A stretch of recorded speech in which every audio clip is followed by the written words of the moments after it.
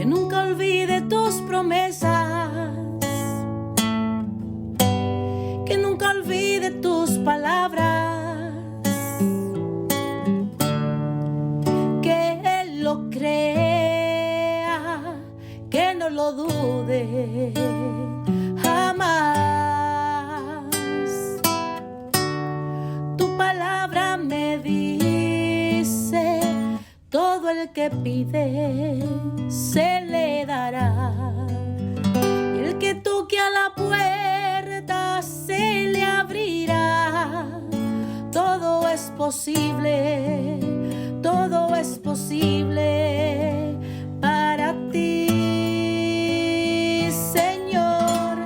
Aumenta mi fe, Señor, aumenta mi fe. Aumenta mi fe, Señor, aumenta mi fe. Aumenta mi fe, aumenta mi fe, aumenta mi fe, aumenta mi fe, aumenta mi fe, aumenta mi fe, aumenta mi fe, aumenta mi fe, Señor.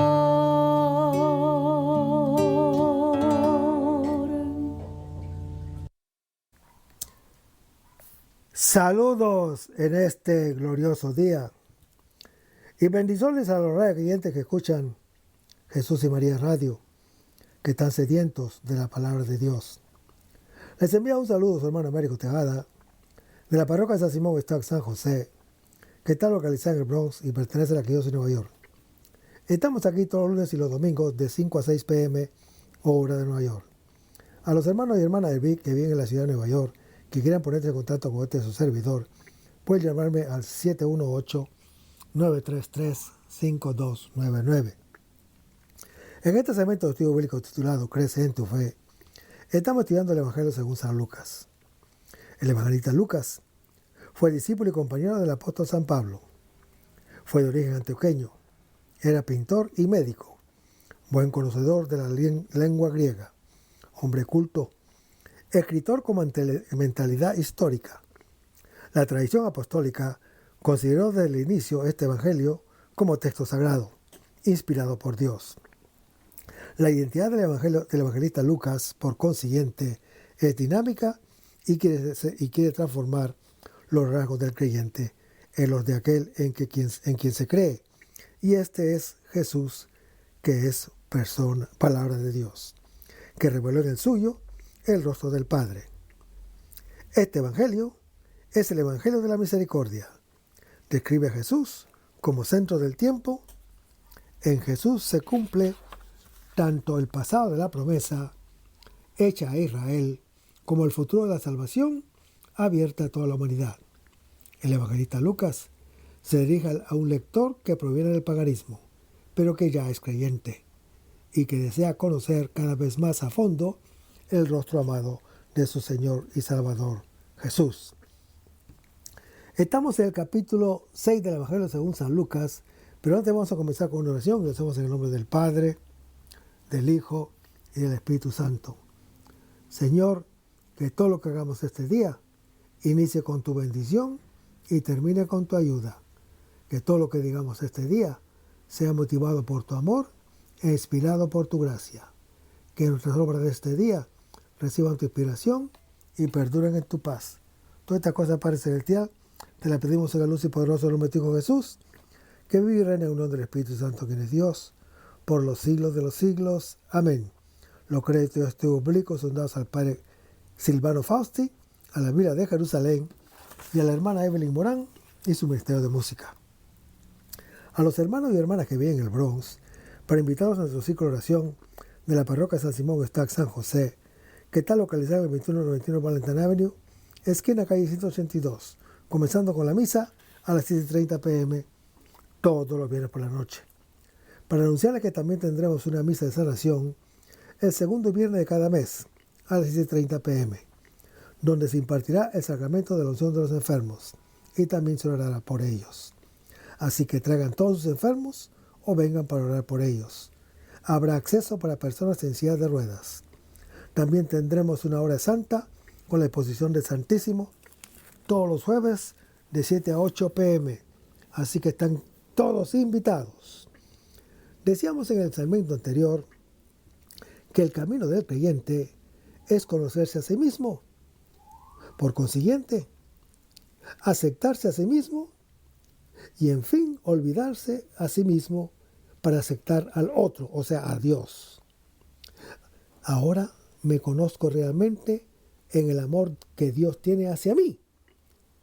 En Él me aceptó y en Él me abandono, olvidándome de mí mismo y abriéndome al otro con el mismo amor que Dios me tiene a mí. Y el versículo 32 se lee: si aman a los que los aman, ¿qué mérito tienen? Hermanos, el amor no está condicionado por la respuesta de otro, aunque la desea y esté en condiciones de suscitarla. No es un intercambio, sino un don. No es un don du et tu es, una ayuda recíproca interesada, sino un puro interés para el otro. El amor existe siempre sin motivo y sin condiciones. De lo contrario, se trata de un egoísmo, se trata de comercio y despojo recíproco. Por eso se desarrolla plenamente cuando amamos al que no nos ama, o inclusive nos odia. Hermanos, este amor tiene la misma fuente que el amor de Dios. Él es amor de misericordia, que toma la iniciativa y lleva la reconciliación allí donde había división y enemistad. Solo este amor está en condiciones de crear un mundo nuevo, salvando la destrucción en la cual el egoísmo lo ha precipitado. El amar al enemigo, nos vivimos en la gracia que hemos experimentado en el bautismo. Recuerden, Dios nos amó primero, lo anuncia 1 Juan capítulo 4, cuando todavía éramos pecadores y enemigos, según lo anuncia el apóstol Pablo en su epístola a los Romanos, capítulo 5.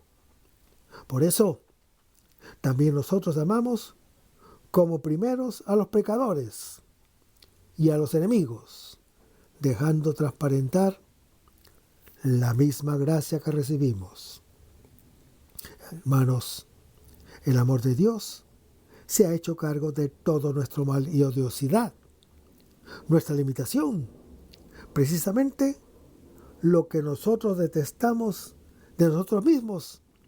Es el lugar donde sentimos la necesidad de ser acogidos. Nuestra carencia de amabilidad es la necesidad de amor y en su medida. Al igual que una fosa para el agua, así el mal para el amor.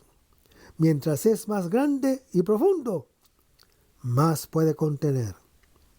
Si amamos a los que nos aman y no amamos a los que no nos aman, ¿qué mérito tenemos?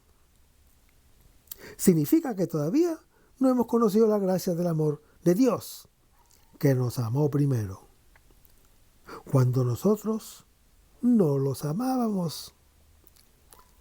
Si esperamos a ser amados antes de amar, ninguno amaría, porque ninguno daría el primer paso. Simplemente no existiría el amor. Es verdad que uno no puede amar si no es amado. La gracia que hemos experimentado en el bautismo es precisamente esto, de sentirnos amados por aquel que nos ama sin reservas, en todas nuestras carencias de amabilidad. Por eso somos capaces de amar. Seguimos leyendo el versículo. También los pecadores aman a los que los aman. Hermanos, Así como el amor a los enemigos es típico de los justificados, así el amor de intercambio es típico de los pecadores. Amar a uno que me ama y porque me ama significa que no lo amo si no me ama. Quiere decir que no amo al otro, sino al ser amado por él. En realidad, me amo solamente a mí mismo y la gratificación que el otro me da, que es la de sentirse amado.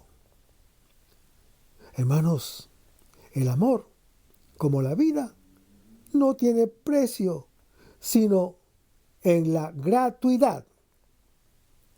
El amor merecido, si no me es concedido, ya no es amor, sino meretricio, porque no es gratuito. Si no me es concedido, quedo desilusionado, porque lo he merecido. Este tipo de amor es pecaminoso y destinado al fracaso. ¿Por qué? Por más que aparezca hermoso, agradable y útil, nos salva del mal y no crea ningún valor. Aún más, es raíz del mal y despojo recíproco del valor. Tiene las características contrarias a las que se describen en 1 Corintios capítulo 13. Es siempre interesado, es siempre inconstante y tendiente a la ira. Se apropia de todos los bienes del otro y descarga todos los males sobre él. Está constantemente en busca de estrechar todo lo que es amable, deseable y apetecible, y rechaza al otro y sus necesidades. Es Eros, el brazo derecho de la muerte, lo contrario del ágape que da la libertad y vida, como es comercio y búsqueda de sí mismo. No hace feliz a quien lo da ni a quien lo recibe. Dura mientras hay como despojar al otro. Cesa cuando el otro ya no tiene nada que dar. No se hace cargo del mal y nos libera y no libera de la muerte. Aún más, hermano que me escuchas, es la boca venenosa que muerde y paraliza al instante para luego dar muerte y absorber toda vida en la muerte. Y el versículo 33 se lee: si hacen bien a quien se los hacen a ustedes, ¿qué mérito tienen? También los pecadores. Hermanos, hacer el bien a quien nos hace el bien. ¿Y por qué no los hace? No es amor. Es como desendeudarse. Vale tanto como lo dicho en el versículo anterior. Hacer el bien a quienes nos hacen el bien es un principio inmovilizante que impide la iniciativa. Ninguno se moverá primero o se movería primero. El bien que eventualmente se hiciera sería interesado. Hacer que el bien redunde en provecho propio se llama egoísmo. En lugar de servir y amar al otro, me sirvo del bien y del amor del otro. Hermanos, toda acción que se ejecute en esa óptica no es un don de amor, sino solamente un chantaje con el cual se trata de engañar al otro. Estamos muy lejos de la gracia que ha recibido de todo aquel que nos ha dado todo bien, sin ninguna contrapartida. Es verdad que ninguno puede saltar más allá de la propia sombra, y que el mal de egoísmo está pegado al hombre como su sombra, pero ya estamos encaminados hacia el sol y la sombra. La hemos dejado a nuestras espaldas. De este modo de hacer el bien, dice el Señor Jesús, es propio de los pecadores. Del bien queda solamente el envoltorio. Dentro hay chantaje, rapiña y muerte. Y el versículo 34 se lee: y si prestan a aquellos de quienes esperan recibir. El dar con interés es la destrucción radical del dar gratuitamente. En esta economía del interés toda acción, en lugar de ser un don que pone en comunión con el otro, es una inversión para recibir más como retribución. Es una simple trampa para enjaularlo y despojarlo. Una prenda mortal. No revela en absoluto la gracia de aquel que nos ha dado como un don, desde la creación hasta la ley mosaica, desde nosotros mismos hasta Él mismo. Todo lo que Dios ha hecho en la creación y en la salvación no ha sido para hacernos caer en la trampa y tomar algo de nosotros, sino de darse a nosotros hasta la muerte en la cruz, para que tuviéramos participación en todos sus bienes y en Él mismo. Hermanos, el dar con interés es pecaminoso y lleva al fracaso. Es precisamente lo que los pecadores hacen con los pecadores, como contraprestación recíproca. Es un círculo cerrado, pero cada vez más amplio, de muerte. Así como hay un amar y un hacer el bien, así también hay un dar que nos sale de la economía de la muerte. Es el de los pecadores que no conocen el don ni la gracia de Dios. Por consiguiente, hermano que me escuchas, así como hay un amor que alimenta el egoísmo y un hacer el bien que tiende a ser chantaje, existe también un dar por interés para recibir más. Y el versículo 35 se lee: más bien amen a sus enemigos. Vuelve el tema de los versículos anteriores, que ahora han sido motivados a través de los ejemplos de su contrario. Ahora hemos comprendido que el amor es amar al que no nos ama, nos hace un mal y nos quita lo nuestro. Este amor no es el alimentado por la esperanza de la recompensa terrena. Queda sin condiciones, sin reservas y sin ninguna esperanza de contraprestación. Precisamente por eso nuestra recompensa será grande, porque el orar sin esperar recompensa siembra una planta que produce el fruto más grande y más deseable, el que nos hace semejantes a Dios. Seguimos leyendo el versículo. Serán hijos del Altísimo. Nuestra recompensa o gratificación no es la que destruye el amor, el bien, el don y convierte la vida en un sabor mortal. Tampoco es la buena conciencia o el orgullo satisfecho. Es el don más sublime, que es al mismo tiempo recompensa, porque es fruto de la gracia recibida y otorgada como don. Mediante la misericordia, llegamos a ser semejantes a Dios. Nuestra vida se vuelve transparencia de su gracia. Su nombre finalmente es santificado en nosotros, que aquí, sobre la tierra, cumplimos su voluntad. Hermanos, mediante la misericordia, llegamos a ser semejantes a Dios. Nuestra vida se vuelve transparencia de su gracia. Su nombre finalmente es santificado en nosotros, que aquí, sobre la tierra, cumplimos su voluntad. Seguimos leyendo el versículo. Él es bueno con los ingratos y los perversos. Hermanos, es claro que nosotros amamos solamente a los que nos aman. Hacemos el bien solo a los que nos hacen el bien. Damos algo solo a los que nos retribuyen con el interés. Es claro que nuestro amor es un meretricio.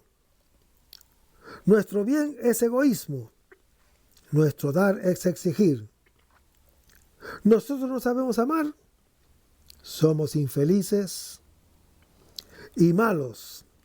Pero Él nos ha amado, ha sido bueno y disponible. Ha permitido que nos sirvamos de Él como y cuando hemos querido, hasta la muerte. Así hemos experimentado su gracia, que nos ha hecho vivir. Esta es la nueva fuente de nuestra existencia. Por eso, por cuanto somos amados, sabemos amar de tal manera que llegamos a ser, en lugar de un hombre, que es un lobo para el otro hombre, más bien un creyente, que es un Dios para otro creyente.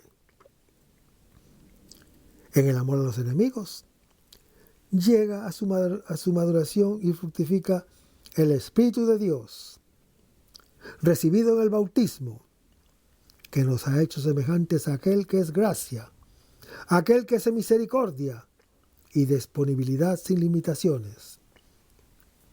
En lugar de esforzarnos inútilmente por amar a los enemigos, debemos pedirle a Dios la gracia de reconocer y de experimentar el don de su gracia y de su amor a nosotros, que somos carentes de gracia, malos y enemigos suyos. Esta es la raíz del árbol bueno que necesariamente produce el fruto del Espíritu Santo, que es amar como somos amados. Pero vayamos a Lucas capítulo 6, versículos 36 a 38. Dice: sean compasivos como su Padre es compasivo. No juzguen y no serán juzgados. No condenen y no serán condenados. Perdonen y serán perdonados. Den y se les dará una medida buena, apretada, remecida, rebosante. Pondrán en la alda de sus vestidos, porque con la medida en que midan, se les medirá. Hermanos, el deseo del hombre es ser como Dios. Lo anuncia Génesis capítulo 3. Origen de todos los males es también el deseo que Dios colma de todos los bienes. El mal no consiste en querer ser como Él, sino en no haber comprendido cómo es Él, por el engaño de la serpiente, que sugirió una imagen falsa de Dios. El hombre equivocó el camino para realizarse.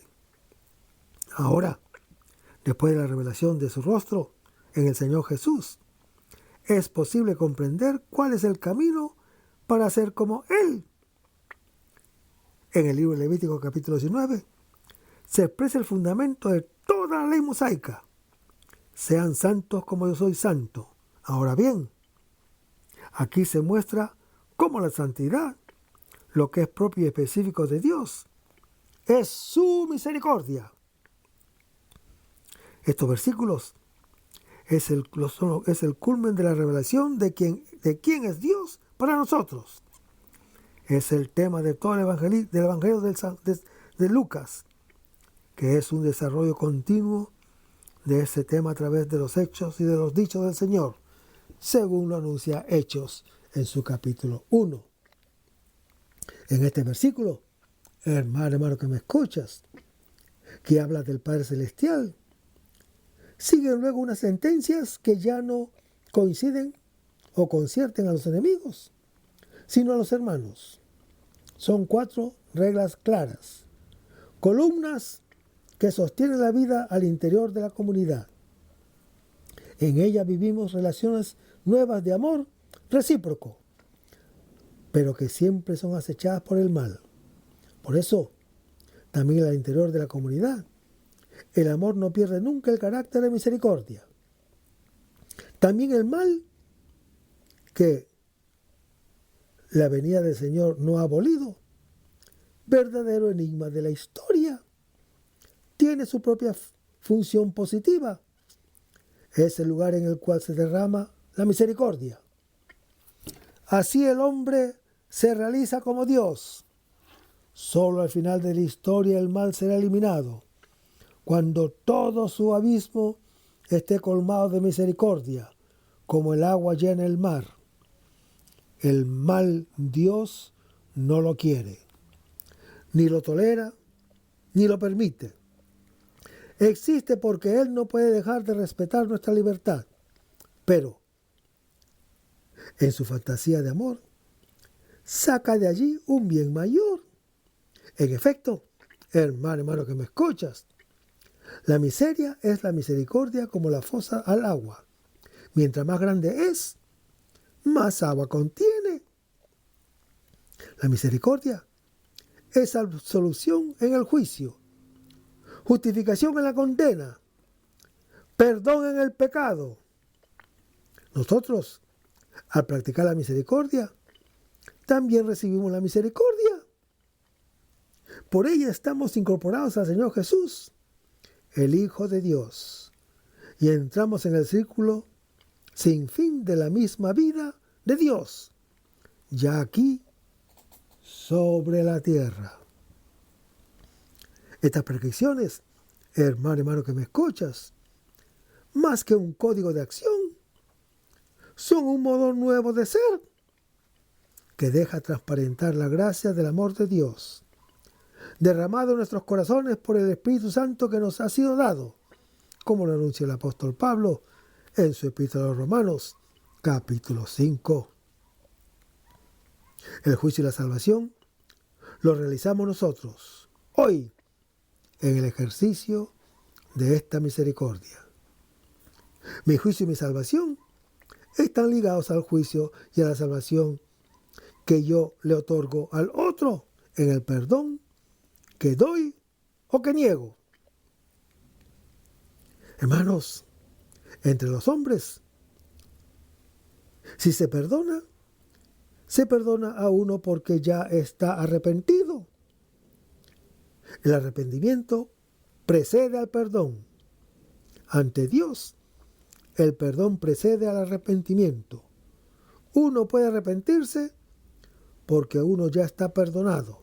Por consiguiente, también nosotros obramos como Él si perdonamos no solo al que está arrepentido, sino sobre todo al que no le está en absoluto, para que la experiencia de un amor más grande lo conduzca al arrepentimiento. Y el versículo 36 se lee: sean compasivos como su Padre es compasivo. Hermanos, este versículo del evangelista Lucas tiene que ver con Levítico capítulo 19, que dice: sean santos porque yo, el Señor su Dios, soy santo. Hermanos, santidad significa separación, significa alteridad, significa diversidad. Dios es santo por definición. Su especificidad es precisamente esta, la de un ser separado, ser otro y ser diferente a cualquier otro. Él es el único. Ahora aquí se nos revela que su especificalidad y unicidad, su alteridad y diversidad es la misericordia. Ella expresa la esencia de Dios, aquello por lo cual Él es santo, totalmente diferente de nosotros. Pues como es su grandeza, tal es su misericordia. Lo anuncia Sirácides capítulo 2. Y en Mateo capítulo 5, y en el pasaje paralelo, habla de perfección, porque la perfección de todas las cualidades de Dios la encontramos precisamente en su misericordia. En Israel, es un atributo de Dios, según Éxodo capítulo 34, Deuteronomio capítulo 4, Jonás capítulo 4, que se ha de imitar. En el Salmo 136, ella se nos presenta como la clave de lectura de toda la creación y de toda la historia pasada y presente. La experiencia fundamental de Dios, del momento en que estamos en el pecado y en el mal, es la de la misericordia que perdona y salva. Es allí donde conocemos al Señor, como lo anuncia Mateo capítulo 1, Jeremías capítulo 31. Es importante anotar que la misericordia se practica en el mal real y es el único amor posible en una situación de mal, como la nuestra. Además, hermano que me escuchas, gracias a este mal se revela una forma más elevada de amor, que está en condiciones de colmar el abismo más profundo. Hermanos, la misericordia no es un simple remedio, no es un mal menor o menos peor, sino el bien máximo. El mal, que parece que ha huido de la mano del poder de Dios, es alcanzado y cambiado en su contrario por la misericordia. Lo que no realiza con el poder de su mano libre al obrar, Dios lo lleva a cabo con la impotencia de su mano clavada por amor sobre la cruz. La misericordia no rebaja el ideal del amor, como lo tememos nosotros y como lo deseamos. En cambio, le comunica una dimensión que, sin el pecado, sería insospechable. ¡Feliz culpa! En efecto, si el amor se expresa en el don, la misericordia se expresa en el perdón, que significa superdón. De tal modo que donde abundó el pecado, sobreabundó la gracia, como lo anuncia el apóstol Pablo en su epístola a Romanos capítulo 5. La profundidad del valle es la misma altura del monte. Hermanos, el pecado se convierte en lugar de la revelación de Dios como Dios en su santidad, que es la misericordia. Con ella, Dios manifiesta plenamente su amor excesivo y loco hacia nosotros. No es que el mal sea necesario, ni que sea bueno pecar. Es absurdo, lo anuncia Romanos capítulo 3. Pero Dios sabe servirse de él para desahogar la grandeza de su amor y revelarlo a nosotros sin equívocos. El adjetivo que el evangelista Lucas usa aquí quiere decir misericordioso, que indica la expresión extrema de la misericordia, ya sea como compasión, ya sea como intervención. Cuando se aplica a Dios en todo el Nuevo Testamento, se usa solo aquí y en Santiago capítulo 5. En general, la misericordia sí indica con la palabra eleos, que es el sentimiento interior de conmoción, que significa entrañas, que indica el lugar y la fuente de ese amor, que es el corazón. Seguimos leyendo el versículo. Padre misericordioso significa Padre nuestro. La cualidad de Dios Padre es la de ser madre, por cuanto es Padre, ama libremente y entra en relación con nosotros mediante la palabra. Nos da el nombre y nos hace crecer hasta ser adultos y responsables.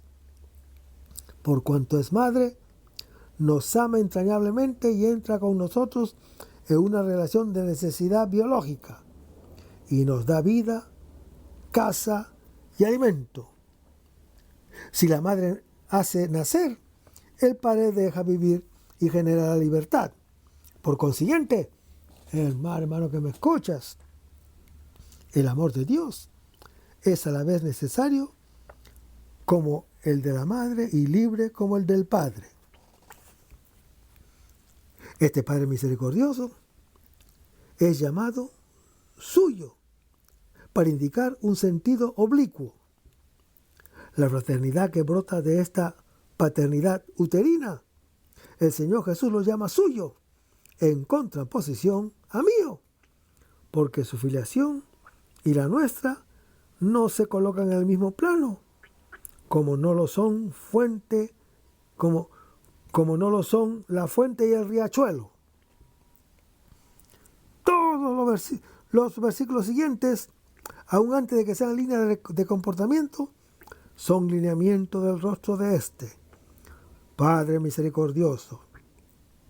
Constituyen de alguna manera una definición operativa de Dios, de ese Padre misericordioso que el Señor Jesús nos ha revelado, y como el cual, precisamente como hijos, debemos llegar a ser. Y el versículo 37 se lee: no os juzguen y no serán juzgados. Más allá de la formación religiosa, la primera imagen que el hombre tiene de Dios es la de uno que juzga. Como la luz da contorno a la sombra, así el bien infinito pone de relieve nuestra limitación y nuestro pecado. Y el que se siente limitado y pecador, se siente automáticamente juzgado. La imagen de Dios que juzga con severidad es el último ídolo que el Señor Jesús quiere eliminar mediante su cruz, donde Él, el justo, se lleve el mal de nosotros los injustos. Su cruz es el único juicio posible al Hijo de Dios, que es igual al Padre Celestial de la Misericordia. Se equivoca mucho el que juzga al otro. El error no está tanto en el hecho de que el juicio del hombre es falible, porque el hombre mira la apariencia. El Señor mira el corazón. Lo anuncia 1 Samuel capítulo 16. El error consiste precisamente en el juzgar, porque juzgar es usurpar el poder de Dios. Uno se coloca en el puesto de Él y toma el propio yo como medida de todo, en lugar de Dios. Además, juzgar es no conocer a Dios, que es misericordia. Su actitud de juzgar al hermano que peca es más grave que cualquier pecado suyo, incluso más grave que el homicidio. Le doy muerte como hijo del Padre y no reconozco al Padre y que lo acepta como hijo. Por tanto, si juzgo, soy juzgado como uno que se coloca en el puesto de Dios, que no lo conoce. Aún más, hermano que me escuchas, que lo niega en su esencia, que es misericordia. En cambio, si no juzgo, conozco su juicio de salvación y mi vida viene a ser una transparencia de Él. Además, es interesante que, como no somos llamados a ser buenos, sino misericordiosos, así no somos llamados a ser justos, sino solamente a no ser jueces. Es muy fácil y es más sublime. La misericordia, hermano que me escuchas, que es una perfección fácil del pecador, nos asemeja a Dios y cubre una multitud de pecados. Lo anuncia 1 Pedro, capítulo 4. Aquí no se prohíbe tanto el juicio falso, imperfecto o aventurado, que ciertamente es malo. En efecto, ¿quién reconoce el corazón del hombre para poder juzgarlo adecuadamente? En cambio, se excluye el juicio justo. Es exactamente este juicio justo el que nos condena, como la ley justa. Seguimos leyendo el versículo. No condenen y no serán condenados. Mientras el acto de juzgar se realiza dentro del corazón, el condenar ejecuta al exterior el juicio consumado al interior. Si del primero solo tenemos un poder tremendo, del segundo tenemos un poder en la medida de nuestra autoridad. El miedo y la huida de un Dios pensando como castigador fue nuestra verdadera condena. Dios la ha abolido en la cruz del Señor Jesús, que es gracia para todos. Él, en lugar de juzgar, justifica, y en lugar de condenar, condona. Nosotros vivimos porque hemos sido agraciados, y por eso agraciamos a los otros. Lo anuncia Efesios capítulo 4. Yo mismo vivo o muero por el perdón que concedo o niego, así como el otro vive o muere por el perdón que le concedo o niego. Dios es el primero que me lo ha concedido, haciéndome vivir. Ahora bien, mi vida y mi muerte y la del otro está ligada a la gracia que yo doy como un don o rechazo. Somos realmente corresponsables de Dios, porque manejamos en la historia su capital de misericordia. Véase la palabra del administrador infiel y misericordioso, que después de las palabras de la misericordia del capítulo 15, dice, yo sé lo que voy a hacer, en Lucas capítulo 16. Si yo condono, me salvo a sí mismo y salvo al otro. Si no condono, me condeno a mí mismo y también al otro, a la exclusión de esta gracia. Lo anuncia Mateo capítulo 18. Soy como un grifo que tiene el poder de dar o quitar el agua de la vida, cuya fuente es Cristo. El juicio final de salvación o perdición no lo realiza Dios, sino yo. No en un tiempo indeterminado y oculto, sino ahora, en la relación cotidiana con el hermano. Esta es la misericordia de Dios. Nos deja a nosotros que somos pecadores al juicio sobre nosotros y el mismo juicio que pronunciamos sobre los otros. Seguimos leyendo el versículo. Perdonen y serán perdonados. Nosotros consideramos como perdido irremediablemente el don que nos habían dado, el de ser como Dios, porque habríamos querido robarlo, según Génesis capítulo 3. En cambio, nos ha sido perdonado, es decir, entregado como don ampliamente sobre la cruz de Jesús. En él tenemos, en lugar del juicio, la justificación, en lugar de la condena, la gracia, en lugar del pecado, la absolución. Si nos dejamos juzgar por él, somos justificados. Si nos dejamos retomar por él, recibimos la gracia. Si nos dejamos encontrar por él, somos absueltos. Por eso, si somos hermanos suyos, que deben volverse misericordiosos como el Padre Celestial, nuestra actitud hacia los otros no puede ser sino la de perdonar. Es importante notar que la absolución para el cristiano no es como la civil, en la cual se declara la inocencia o insuficiencia de las pruebas de culpabilidad. La absolución nos libra del mal real, del mal consciente y deliberadamente cometido. Es precisamente el pecado el que debe ser perdonado. Somos absueltos no por cuanto no somos culpables, sino por cuanto somos culpables sin atenuantes. La única condición para ser perdonado por Dios es la de perdonar a los otros. Lo anuncia Marcos capítulo 6.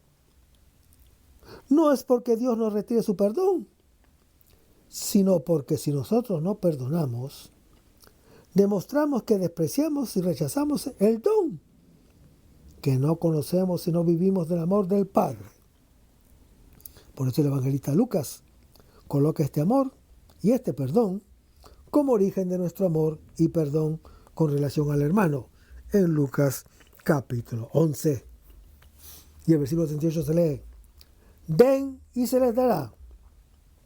Hermanos, como el amor se realiza al dar y al hacer, aquí la absolución y el perdón interiores se expresan en el don exterior. No se dice que es lo que hay que hacer o lo que hay que dar. Se dice solamente don. Y con eso se indica una actitud de dar un don y de apropiación que actúa como contrapunto al egoísmo ciego que apunta a robar y a apropiarse de todo. Se recuerda el cuerpo del Señor Jesús que se entrega por nosotros. Es un amor activo que no calcula lo que es suyo. Lo anuncia en 1 Corintios capítulo 13. Es la medida en que se da al hermano. Se recibe de Dios, así como en la medida en que se recibe de Dios se da al hermano. El mundo de nuestras relaciones concretas entre la dinámica trinitaria, que es una economía del don.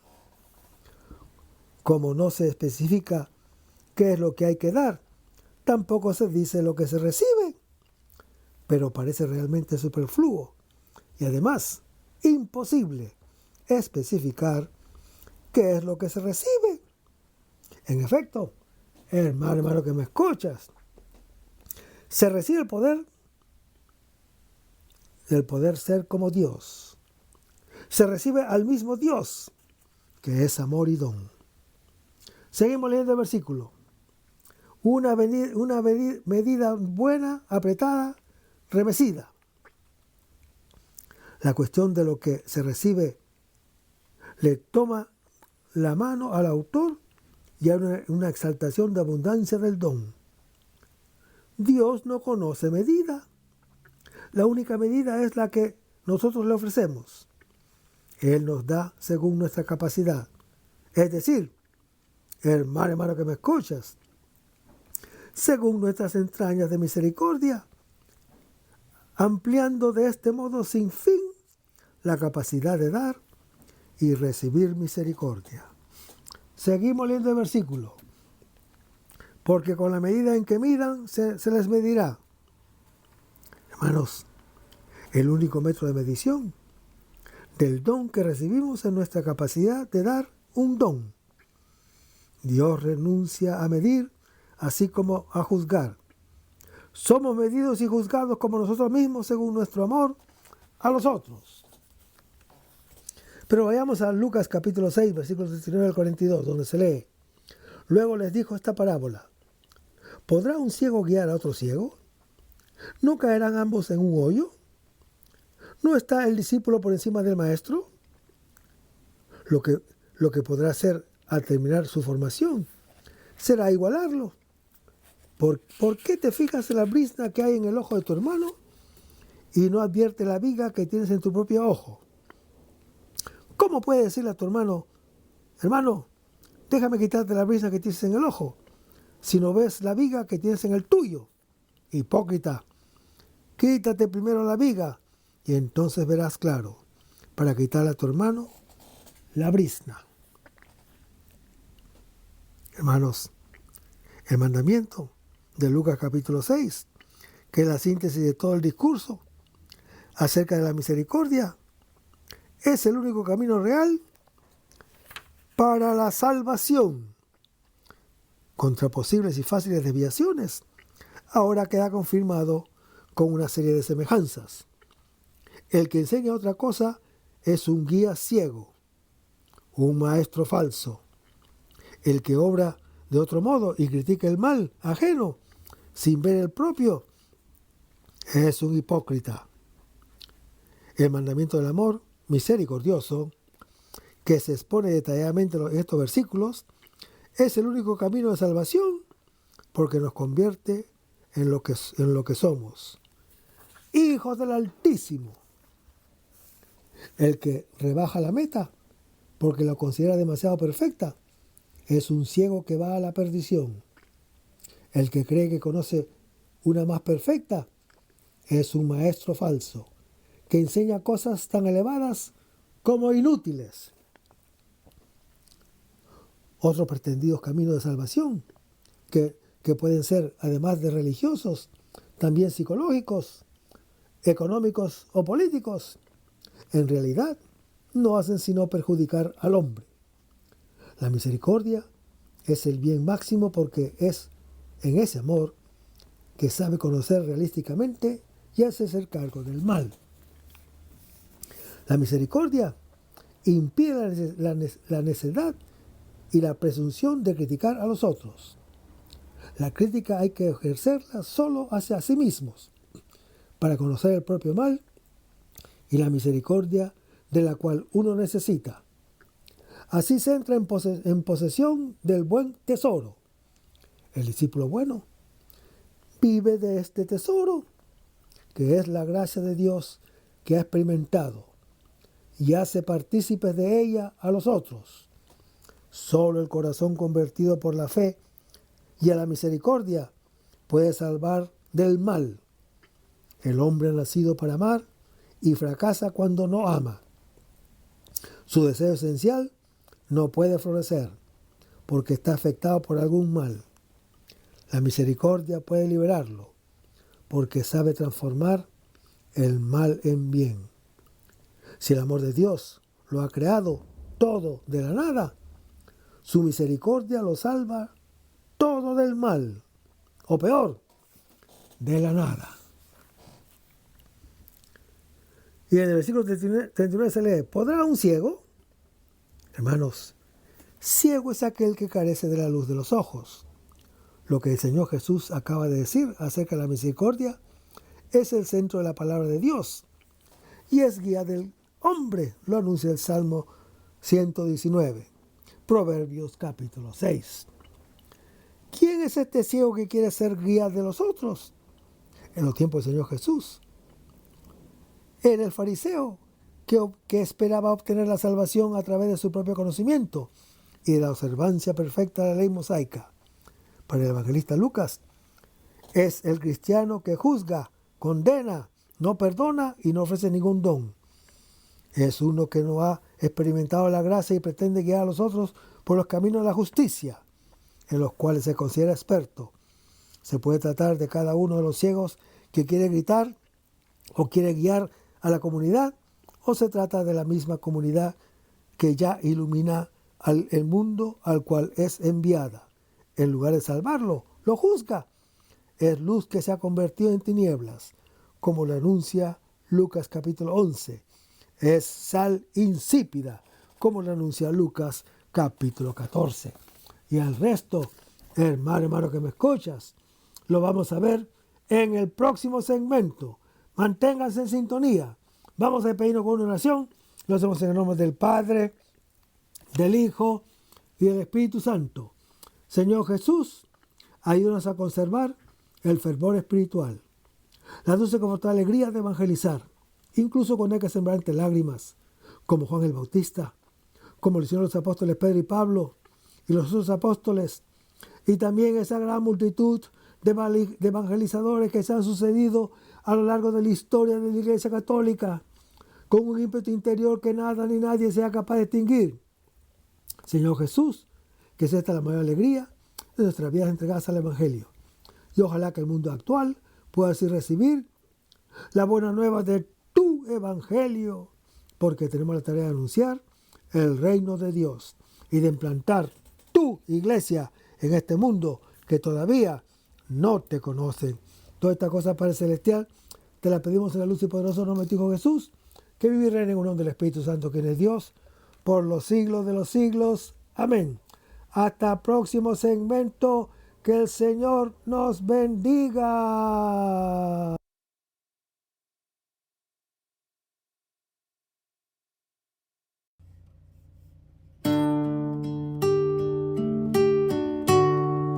Aumenta mi fe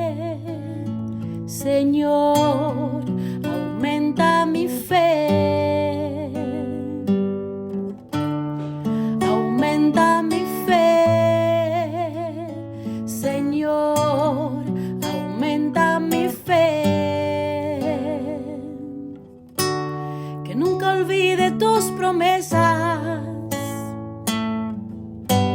que nunca olvide tus palabras, que Él lo crea, que no lo dude jamás. Tu palabra me dice: todo el que pide se le dará, y el que toque a la puerta se le abrirá. Todo es posible, todo es posible para ti, Señor. Aumenta mi fe, Señor, aumenta mi fe. Aumenta mi fe, Señor, aumenta mi fe.